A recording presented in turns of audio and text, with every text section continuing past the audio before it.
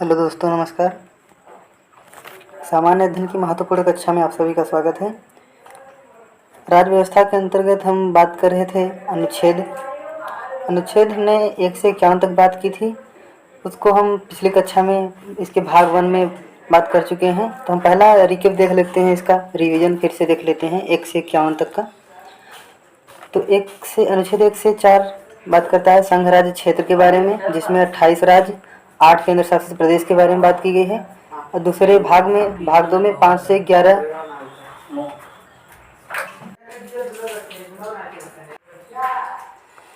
भाग 2 में नागरिकता, जैसे अनुच्छेद 5 से लेकर 11 तक बात की गई है नागरिकता के बारे में। और भाग 3 में 14 से लेकर 35 तक बात की गई है। भाग 3 में जैसे अनुच्छेद 14 कहता है विधि के समक्ष समानता, विधि का शासन। अनुच्छेद 17 है अस्पृश्यता का अंत, छुआछूत का अंत। अनुच्छेद 18 है उपाधियों का अंत, जैसे उपाधि अपवाद के स्वरूप सेना और शिक्षा में दी जाएगी और किसी में नहीं दी जाएगी। अनुच्छेद 19 ए बी सी डी सबकी बात हम कर चुके हैं अगले वीडियो में। जैसे अनुच्छेद 1 कहता है विचार और अभिव्यक्ति की स्वतंत्रता। अनुच्छेद 21 प्राण एवं दैहिक स्वतंत्रता। अनुच्छेद 21 है 86वां कमिटमेंट एक्ट, जो निःशुल्क शिक्षा की बात की है। अनुच्छेद 25 व्यक्तिगत धार्मिक स्वतंत्रता। अनुच्छेद 32 संवैधानिक उपचारों का अधिकार, संविधान की आत्मा, जो भीमराव अंबेडकर कहे हैं। अनुच्छेद 39 निःशुल्क विधिक सहायता के बारे में बात की है। अनुच्छेद 40 ग्राम पंचायत का गठन। अनुच्छेद 44 समान सिविल संहिता। अनुच्छेद 48 गौ हत्या निषेध। अनुच्छेद 50 कार्यपालिका न्यायपालिका में शक्तियों का पृथक्करण। अनुच्छेद 51 अंतर्राष्ट्रीय शांति सुरक्षा बनाए रखना। और अनुच्छेद 51 ए, जिसे मूल कर्तव्य कहते हैं, इसकी बात फंडामेंटल ड्यूटी जिसे कहते हैं, इसकी बात अनुच्छेद 51 ए में कही गई है। तो उसके आगे बात करते हैं अनुच्छेद 52 से लेकर 61 तक राष्ट्रपति के बारे में बताया गया है। जैसे अनुच्छेद 52 राष्ट्रपति के पद का उल्लेख है कि भारत का एक राष्ट्रपति होगा। अनुच्छेद 53 कार्यपालिका का प्रधान, संघ की कार्यपालिका का प्रधान राष्ट्रपति होगा। अनुच्छेद 53 निर्वाचन, राष्ट्रपति के बारे में निर्वाचन की बात की गई है। अनुच्छेद 54 में निर्वाचन की बात की गई है। अनुच्छेद 55 में कोटा। अनुच्छेद 56 में कार्यकाल। अनुच्छेद 57 में दोबारा निर्वाचन। अनुच्छेद 58 में राष्ट्रपति की योग्यताओं के बारे में बताया गया। अनुच्छेद 59 में राष्ट्रपति की दशा। अनुच्छेद 60 में राष्ट्रपति के शपथ के बारे में बताया गया। अनुच्छेद 61 में महाभियोग के बारे में बताया गया, राष्ट्रपति का कैसे महाभियोग लगता है। अगला है अनुच्छेद 63 उपराष्ट्रपति के बारे में। जैसे अनुच्छेद 63 है उपराष्ट्रपति के पद के बारे में बताया गया है।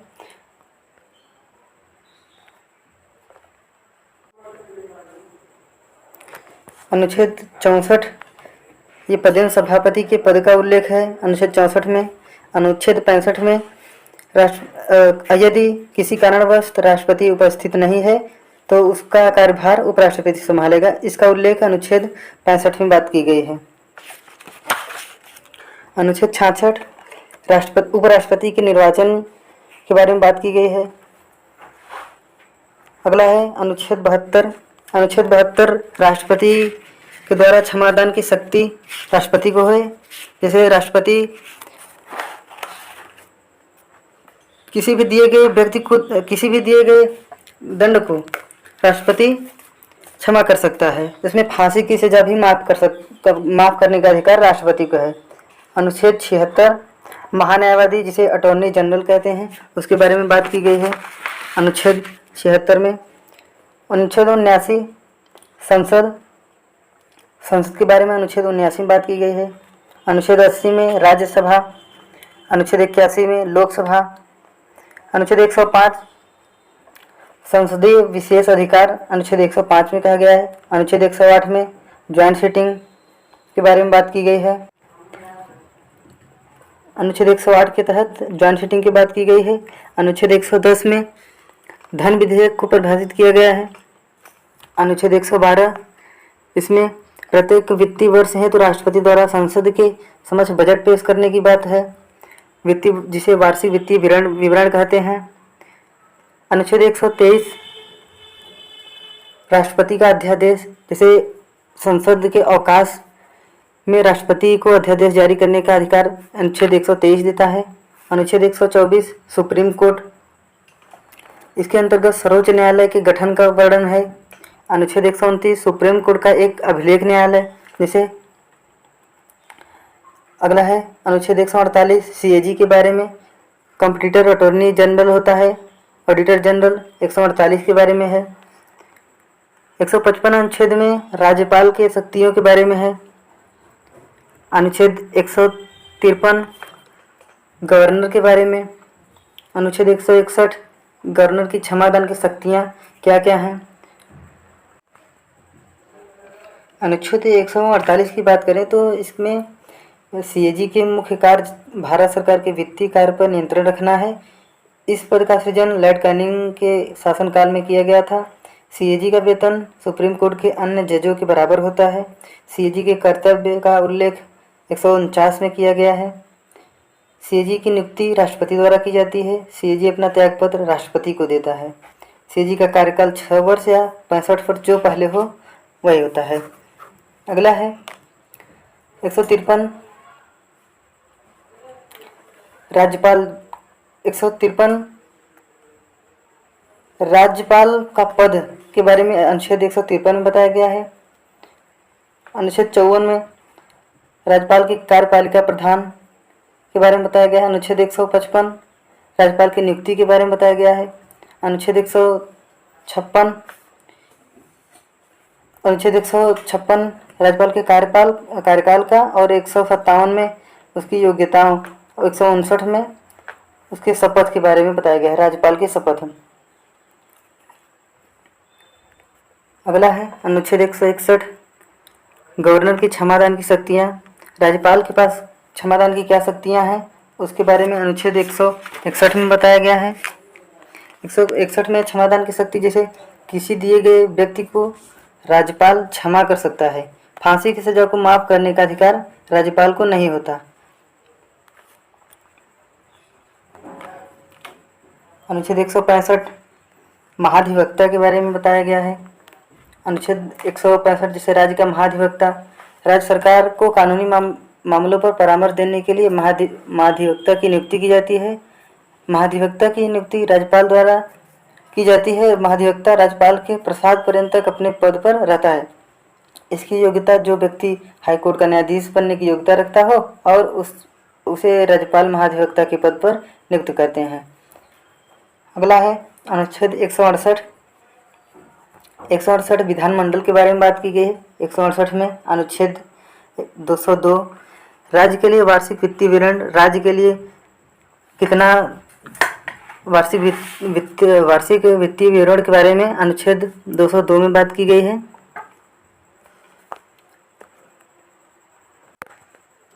अगला है अनुच्छेद 213 गवर्नर के अध्यादेश। जैसे जब दोनों सदन में सत्र न चल रहा हो तो राज्यपाल अध्यादेश जारी कर सकता है। यह 6 महीने तक प्रभावी होगा। अगला है 226 अनुच्छेद 226 हाई कोर्ट की रीट के बारे में, जैसे मूल अधिकारों के परिवर्तन के लिए उच्च न्यायालय को लेख जारी करने की शक्तियाँ अनुच्छेद 26 देता है। अनुच्छेद 39 केंद्र शासित प्रदेश के बारे में कहा गया है। अनुच्छेद 239 केंद्र शासित प्रदेश के बारे में बात किया गया है। अनुच्छेद 243 स्थानीय स्वशासन के विषय में बताया गया है। इसमें पंचायत एवं न्यायपालिका की गठन, संरचना, आरक्षण शक्तियाँ, अधिकार एवं उत्तरदायी संबंधित प्रावधान दिए गए हैं।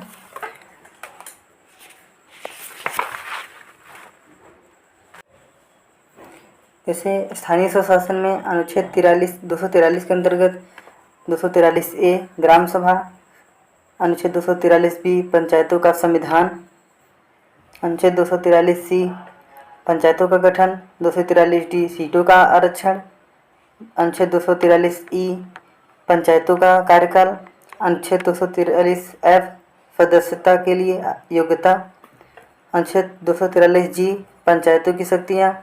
अनुच्छेद 243 एच पंचायतों के करारोपण की शक्तियाँ। अनुच्छेद 243 आई वित्तीय स्थिति की समीक्षा के लिए वित्त आयोग। अनुच्छेद 243 जे पंचायतों के लेखा का अंकन। अनुच्छेद 243 के पंचायतों का चुनाव। अनुच्छेद 243 एल संघीय क्षेत्र पर लागू होना। अनुच्छेद 243 एम कतिपय मामलों में इस भाग का लागू होना।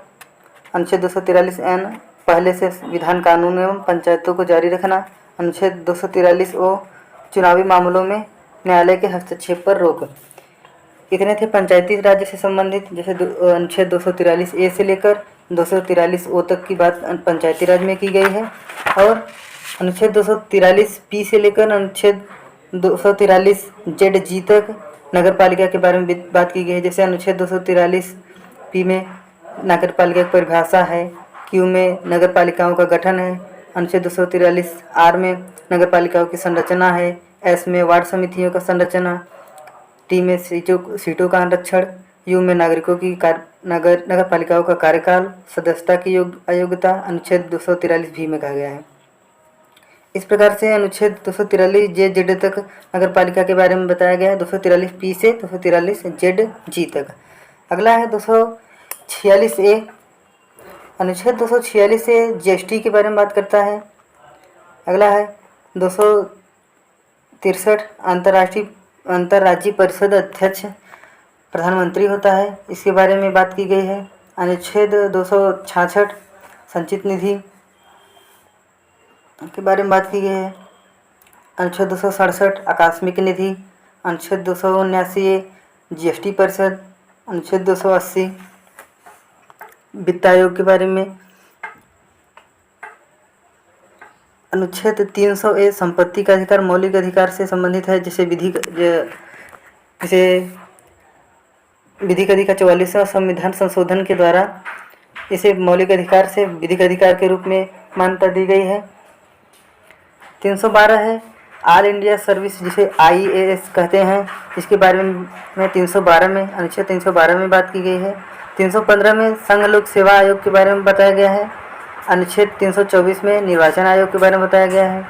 अनुच्छेद 326 में वयस्क मताधिकार, जैसे जिसकी उम्र 21 से घटाकर 18 वर्ष कर दी गई। अनुच्छेद 330 लोकसभा में सुप्रीम कोर्ट, लोकसभा में SC और ST का आरक्षण अनुच्छेद 330 के बारे में बताया गया है।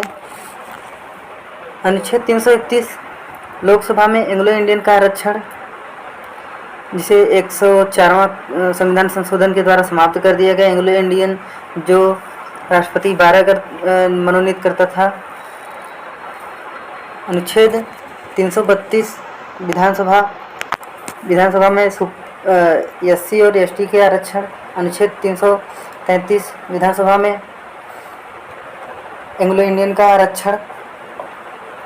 अनुच्छेद 338 SC आयोग, जिसे शेड्यूल कास्ट आयोग कहते हैं। अनुच्छेद 338 से 89वां संविधान संशोधन में SC आयोग ST आयोग बनाया गया, इसके बारे में अनुच्छेद 338 ए कहता है। अनुच्छेद 38 बी में 102वां संविधान संशोधन OBC आयोग को जोड़ा गया। अनुच्छेद 343 राजभाषा से संबंधित है, इसे भारत की एक राजभाषा होगी, जिसे हिंदी की मान्यता अनुच्छेद 343 के द्वारा दी गई है और इसे धारा 45 के तहत जोड़ा गया। इसमें अगला है अनुच्छेद 352, जिसे राष्ट्रीय आपात के बारे में बताया गया है। यह राष्ट्रीय आपात 3 बार लग चुका है। अगला है अनुच्छेद 356 राष्ट्रपति शासन। अनुच्छेद 360 वित्तीय आपात। अनुच्छेद 368 संविधान संशोधन से संबंधित है। अनुच्छेद 370 जम्मू कश्मीर में विशेष उपबंध, जो है अभी चर्चा में रहा था। 393 से 395 अनुच्छेद।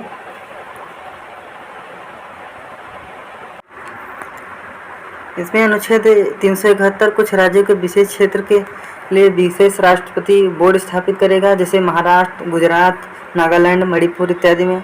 अनुच्छेद 394 क के अंतर्गत राष्ट्रपति अपने अधिकार के अंतर्गत इस संविधान का हिंदी भाषा में अनुवाद कराएगा। अनुच्छेद 395 में भारतीय स्वतंत्रता अधिनियम 1947, भारत सरकार अधिनियम 1953 तथा इसके अन्य पूरक अधिनियमों को, जिसमें प्रीवी काउंसिल क्षेत्रीय अधिकार अधिनियम शामिल नहीं है, यह रद्द किया जा सकता है। तो इसमें भारतीय संविधान में कुल 395 अनुच्छेद हैं, 11 अनुसूचियाँ और 22 भाग हैं। तो आज के लिए बस इतना ही। अनुच्छेद इससे महत्वपूर्ण अनुच्छेद थे। अगली वीडियो में हम चर्चा करेंगे अनुसूचियों के बारे में। 12 अनुसूचियाँ कौन कौन सी हैं और उससे संबंधित संशोधन कितने हुए हैं, कितनी भाषाएं जोड़ी गई हैं अनुसूचियों में, कौन सी अनुसूची किस संविधान संशोधन के द्वारा जोड़ा गया है, इसकी बात हम अगले वीडियो में करेंगे। तो आज के लिए बस इतना ही। अगर वीडियो अच्छी लगी हो तो वीडियो को लाइक कीजिए, वीडियो को शेयर कीजिए और चैनल को सब्सक्राइब कीजिए। बहुत बहुत धन्यवाद।